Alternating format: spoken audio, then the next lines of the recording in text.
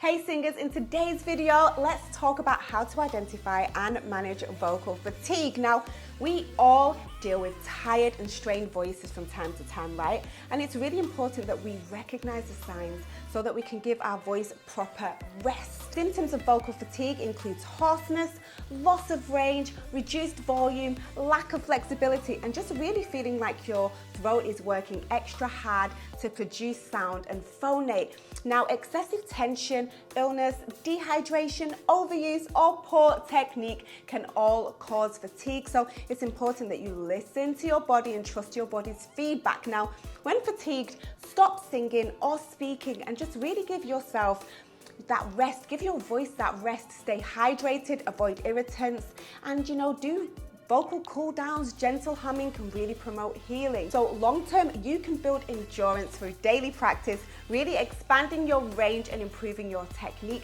Now, a great exercise to try, which is one of my favorite exercises, is straw phonation on pitch glides. And I'm going to show you how to do this exercise in a moment, but the straw really engages proper breath support, and it keeps the vocal cords just aligned correctly to prevent strain. And what I want you to do with this that I'm going to show you in a moment is to do 5 to 10 reps daily, and it's really going to help you. So I have my straws and I have my water, and the water is just really good for helping to manage airflow.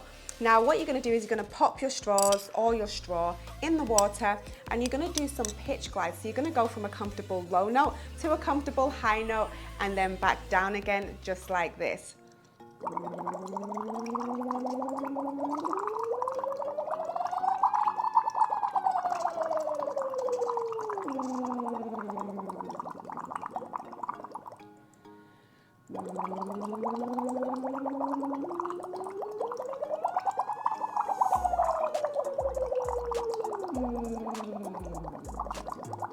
After you've done about 5 to 10 reps of those, then what I want you to do is the hills. And the hills is where you're just imagining that you're going over hills with the sound of your voice, and also at the same time you're going to be engaging your abdominal muscles, and it goes a little something like this.